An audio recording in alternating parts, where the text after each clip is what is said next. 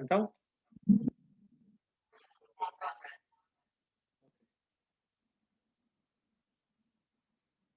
Vamos lá. Eu tenho que abaixar a minha voz.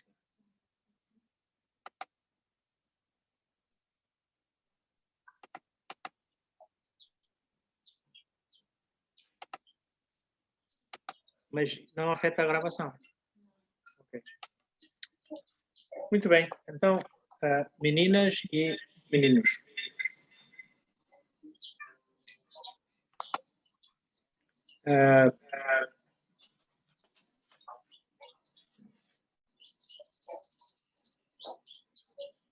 Ontem já estivemos aqui a discutir e a discussão de ontem centrou-se em 2 pontos principais. O primeiro foi de termos em conta a diferença entre direito e lei. Em segundo lugar, foi uma abordagem sobre a escala hierárquica de bens jurídicos. Noção de bens jurídicos. Uma tentativa de compreender a definição que se dá ao direito penal. Hoje não ambicionamos ir muito para frente. Hoje gostaríamos de olhar para como é que os doutrinários, ou os professores de direito definem o direito penal. E então nós cobramos aqui 3 definições Professor, desculpa, de 3 professor. professores diferentes. Diga. Desculpa, antes de continuarmos a nossa aula ontem, queria perguntar sobre a diferença entre o direito e a lei, porque para mim ainda não entendo bem essas 2 palavras, professor. Ok, então, mas isso no decorrer da aula você vai compreender. Mas eu registro a sua pergunta para responder no fim. Tá bom? Tá bom. Mas vai compreender. Tá bom. Então, ontem eu tinha dito que, aliás, 2 pontos principais que discutimos ontem foram, primeiro, a diferença entre a noção de direito e a noção de lei. E numa fase final da nossa discussão, falamos sobre a hierarquia de os bens jurídicos hierarquizados em como que desde o bem jurídico mais importante até o menos importante. E quais os bens jurídicos é que são abrangidos pelo direito penal. Mas como a menina, como é que chama? Juvência? A Cisaltina. Como a Cisaltina quer saber ainda sobre o direito penal, aliás, o direito e a lei, vamos recuperar o tópico e falar um bocado mais rapidamente sobre essa diferença. Se nós compararmos 2 círculos, em que um é pequeno, o outro é grande, o grande, o maior, é o direito. O círculo menor é a lei, digamos assim. E isto por quê? Porque a lei que se inspira no direito. A lei pode variar, não é? Mas o direito, a palavra direito em português tem uns problemas de semântica, de morfologia. O que quer dizer isso? Quer dizer que a mesma palavra, todas as vezes que é usada, convida muitos sentidos ao mesmo tempo. E nós temos que saber em que sentido é que estamos a navegar. Mas isto não é só em língua portuguesa. O mesmo problema surge entre os juristas indonésios. Em Bahasa Indonésia também eles têm que, a todo o tempo,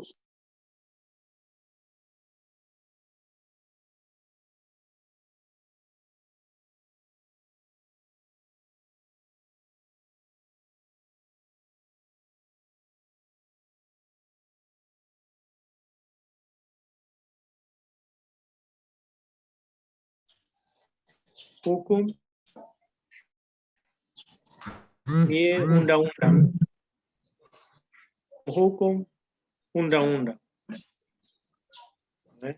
Então eles têm que saber o hukum como ordenamento jurídico, o hukum como punição.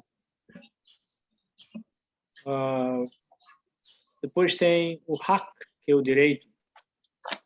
Nós traduzimos haq como direito. Mas ilm hukum também traduzimos por direito. Então, cada língua tem os seus problemas no uso das terminologias. Em inglês também tem o problema. Às vezes usam o right para dizer direito subjetivo. Depois dizem law, não é?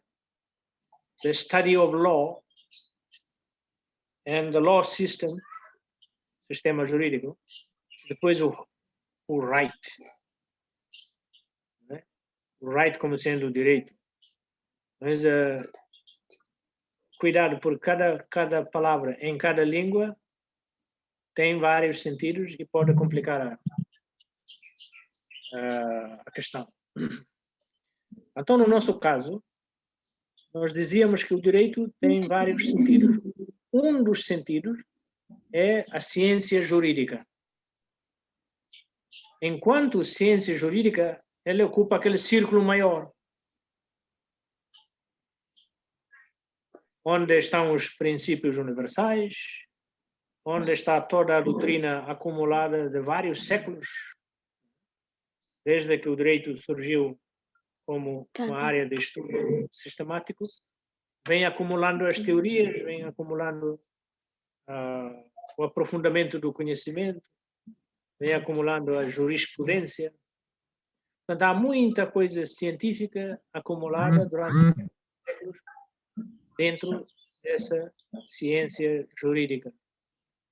Então, é muito amplo. E é a partir desse direito no sentido amplo que todos nós, estudantes, vamos beber. Todos nós, estudantes, estudiosos, investigadores, académicos, todos nós vamos beber dessa fonte de conhecimento, essa fonte jurídica. Não é? Ciência jurídica. O sentido de direito como faculdade de gozo é um sentido mais pequeno, mais restrito. Por exemplo, quem trabalha durante um mês tem direito ao seu salário. Não é? Quem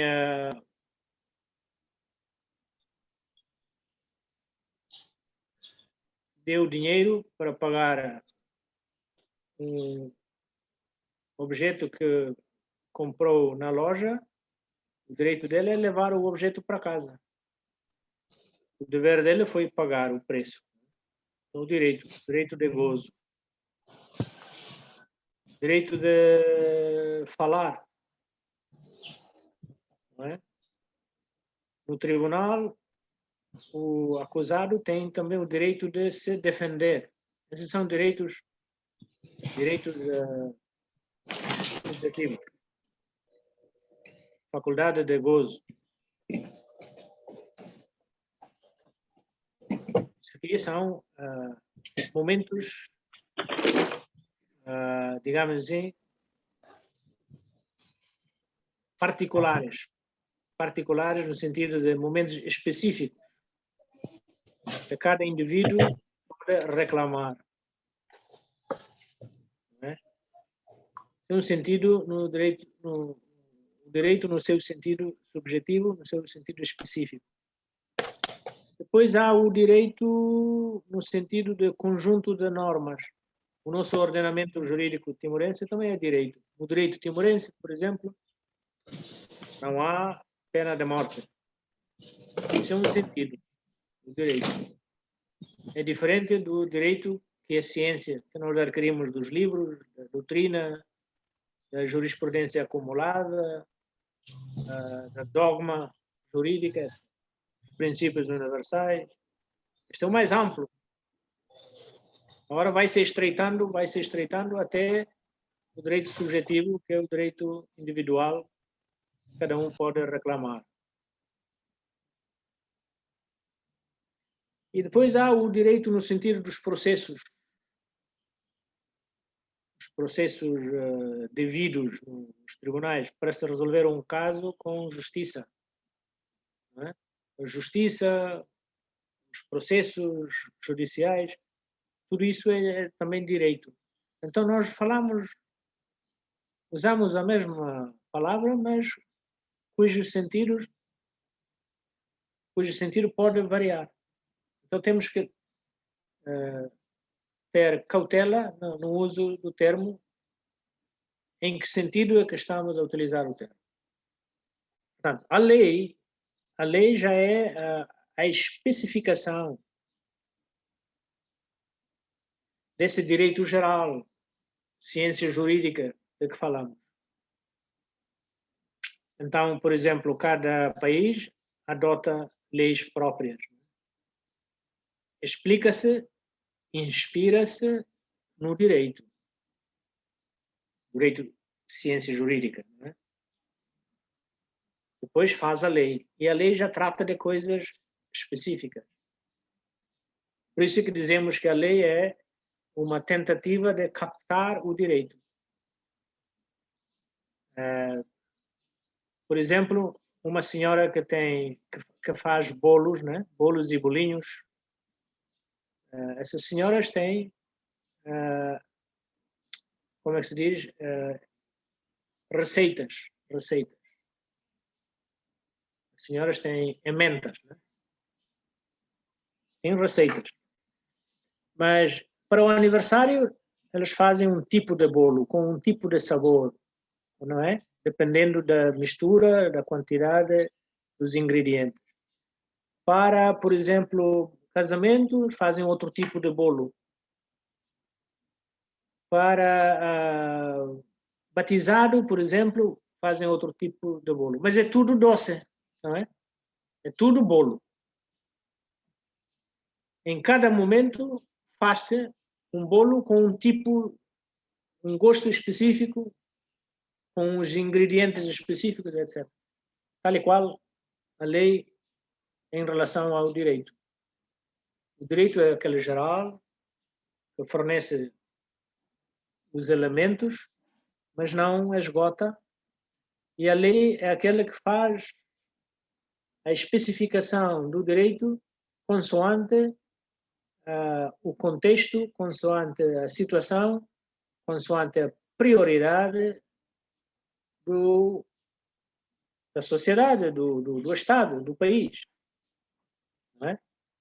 E depois de 6 anos, por exemplo, depois de 10 anos, fazem alteração. Então, porque é específico, pode mudar. Consoante a evolução da sociedade, consoante as prioridades da sociedade, do Estado em causa. Então, era só para esclarecer que a lei é mais mutável, ao passo que o direito, como ciência jurídica, é mais universal, é mais permanente, e é de lá que nós bebemos as inspirações, as justificações para formularmos as leis específicas. Ainda que se diga que a lei é abstrata, é genérica, sim, isto quando se vai àquela parte interpretação da hermenêutica da lei, não é? Mas nós estamos a comparar cada ordenamento jurídico de cada país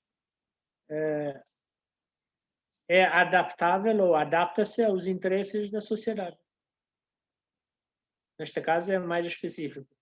Por exemplo, as prioridades para o ordenamento jurídico indonésio não são as mesmas, exatamente as mesmas que Timor-Leste. As prioridades para o ordenamento jurídico australiano não são exatamente as mesmas que Timor-Leste, por exemplo. Então, ontem falamos de uma pequena diferença, que é a pena de morte existe, por exemplo, no ordenamento jurídico dos países vizinhos, mas não existe no ordenamento jurídico de Timor-Leste. Não é? Isto significa que, embora a justificação seja igualmente no direito universal, não é? A especificação já é diferente. Nós justificamos com base no direito universal, na ciência jurídica, que para nós a pena da morte não tem sentido. Para a Indonésia, para a Singapura, para a Malásia, para os Estados Unidos ou para outros países que ainda aplicam a pena da morte, dizem que é possível. Com explicação jurídica, dizem que é possível. E eles preferem essa. Ok.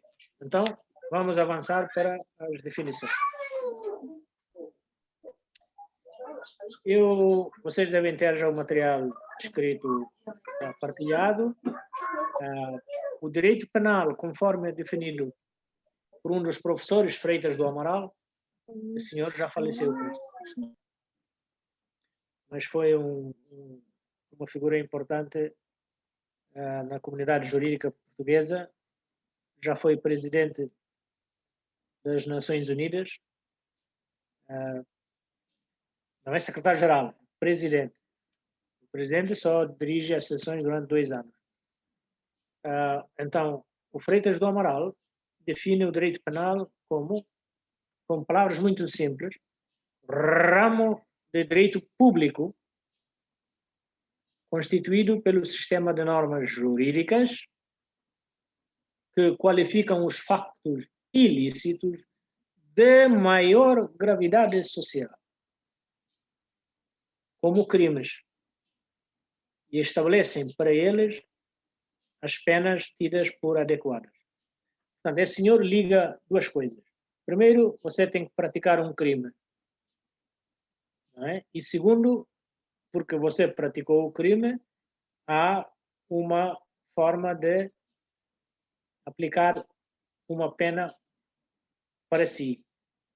E essa pena tem que ser adequada. Adequada para o crime. Isto é, com medida certa para o crime. Mas esse crime é um ilícito que é considerado grave. Portanto, a ideia de crime está intimamente ligada à ideia de gravidade. A ideia de crime tem que ser ligada imediatamente à gravidade. A lesão que se causa, o mal que se causa, tem que ser grave para ser considerado crime. Tem que ter gravidade social. Maior gravidade social. E por isso mesmo tem uma pena. A pena tem que ser adequada, de justa medida. Na tona, não é? Proporcional. Proporcional. Adequada. Adequada significa não é mais pesada que o crime, não é mais leve ou demasiado leve, tem que ser adequada, mas também adequada no sentido de produzir os efeitos esperados. não é? Alguém que praticou um crime, ele vai sofrer a pena. E qual é a finalidade desta pena? Tem que ser conseguida a paz social e a ordem jurídica. Não é? Isto tem que ser conseguido. Para quê? Para que o direito, para que a pena não seja vista como um gesto de vingança do Estado contra o cidadão. Para que a pena não seja vista como uma forma de retaliar, de perseguir, de vingar, odiar o cidadão criminoso. Mas a pena é vista como uma forma de prevenir a continuidade do crime, por um lado. Por outro lado, reeducar o cidadão para voltar a viver em comunidade. Portanto, a pena não pode ser vista como uma forma de vingança do Estado contra o cidadão. A pena não pode ser vista como um gesto de retaliação contra o cidadão, de ódio, de perseguição contra o cidadão. A pena tem que ser vista como, primeiro, prevenir que o crime continue. Segundo, como uma forma de reeducar o criminoso para voltar mais tarde a viver civilizadamente na sociedade. Ok? Mas isto mais tarde agora iremos ver. O Jorge de Figueiredo Dias, outro professor de renome, este está ainda em vida em Portugal. Ele diz assim: chama-se direito penal ao conjunto das normas jurídicas que ligam a certos comportamentos humanos os crimes. Determinadas consequências jurídicas privativas deste ramo de direito. O que quer dizer isso? Quer dizer que os nossos comportamentos são avaliados. Uns são bons, portanto merecem louvores. Outros são maus, portanto merecem castigo, merecem censura. E esses comportamentos humanos que são maus, portanto os crimes, eles têm que sofrer uma consequência jurídica. E a consequência jurídica pode ser de tirar de nós qualquer coisa. Tira a liberdade. Quem praticou um crime, em princípio, pela sua gravidade, vai sofrer uma pena. E a pena é, ele perde parte da sua liberdade privativa. Privativa quer dizer, fica diminuído na sua liberdade. Fica destituído, fica destituído da sua liberdade. Isto refere-se principalmente às penas de prisão. Não é? Mas também refere-se àquelas que não é prisão, refere também àquela coisa de medida de segurança. Uma pessoa que ainda não foi julgada, mas que praticou um crime, é detida como prisão preventiva ou como medida de segurança. Medida de segurança, sobretudo para as pessoas que, por distúrbio mental, portanto, não têm uso da consciência, portanto, não tem culpa, mas praticou um ato grave. Então, essa pessoa é detida na polícia não como prisão, mas como um lugar de segurança. Ao passo que uma pessoa que é consciente e praticou o mesmo crime, fez o mesmo ato grave, é detido na polícia já como prisão preventiva. Mesmo que também possa ao mesmo tempo ser uma medida de segurança. Está implícito. A medida de segurança está implícita. Mas, sobretudo, é prisão preventiva. Para ela não fugir, para ela não afetar, não manipular, não manobrar,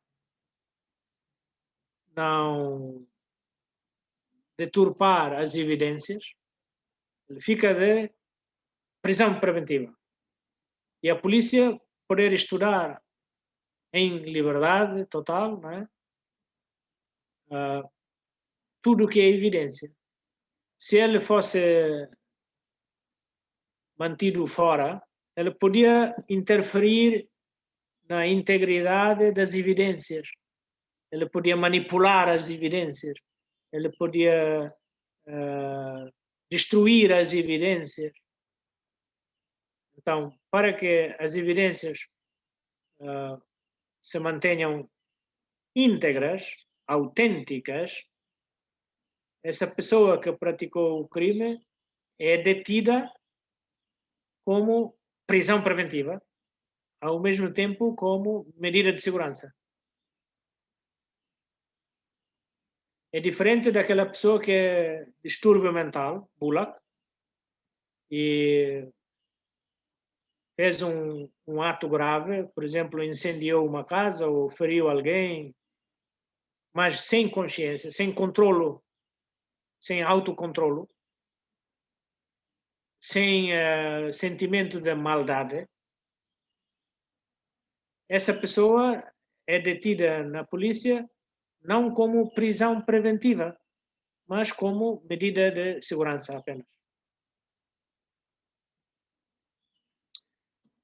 Porque a pessoa é perigosa. Porque se deixar livre, ela vai fazendo outros males, vai incendiando casas, vai batendo em pessoas, vai destruindo os carros, etc. Ok, vou tocar na terceira definição, que é do Taipa de Carvalho. O Taipa de Carvalho, com uma descrição mais larga, mas para mim é muito transparente, muito compreensível, que diz que é um ramo do direito público que consiste num sistema de regras jurídicas, agora diz, que visa proteger os bens jurídicos considerados pela consciência ético-social como essenciais, como fundamentais e como indispensáveis para a vida em sociedade. Portanto, este senhor diz que os bens jurídicos, os mais essenciais, fundamentais e indispensáveis para a nossa vida em sociedade, estes pertencem à categoria do direito penal, que o Estado deve proteger.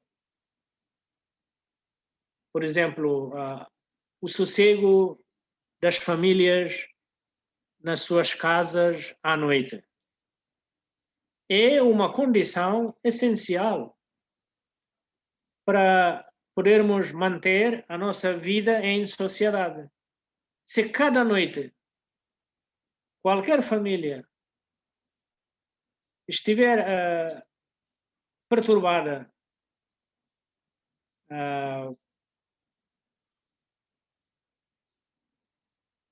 não tem garantias de sossego, qualquer estranho entra, perturba o sossego da família, ameaças, sacas, quer dizer, as pessoas intrometem-se na casa e retiram dali as pertences à força, a agressão física. Se as famílias em Dili, todas as famílias, não têm esse sentido de segurança, a nossa vida em sociedade fica perturbada. Então, pelo menos esse aspecto tem que ser garantido pelo Estado, para garantir a viabilidade da vida em sociedade. Ok? Então, é preciso comparar essas três definições. No fundo, dizem a mesma coisa, usam palavras diferentes. Portanto, eu preferiria que as pessoas, ao lerem as definições, percebam a essência da matéria e não estarem a decorar apenas a definição como uma sequência de palavras, sem sentido, assim não. É preciso ver a definição e entender que, afinal, o direito penal cobre a proteção dos bens jurídicos essenciais para a vida em sociedade. Ok? Então, vocês formulem as vossas questões, perguntas. Quando voltarmos a entrar em ligação, apresentem as vossas questões, tá bom? Sim, tá bom, professor. Ok. Sim, então, por questão de tempo, temos de sair e depois de 5 minutos de intervalo, vocês podem preparar as vossas perguntas e voltamos à sessão de perguntas com o mesmo link. Está bem, senhora. Tá? Já. Está bem.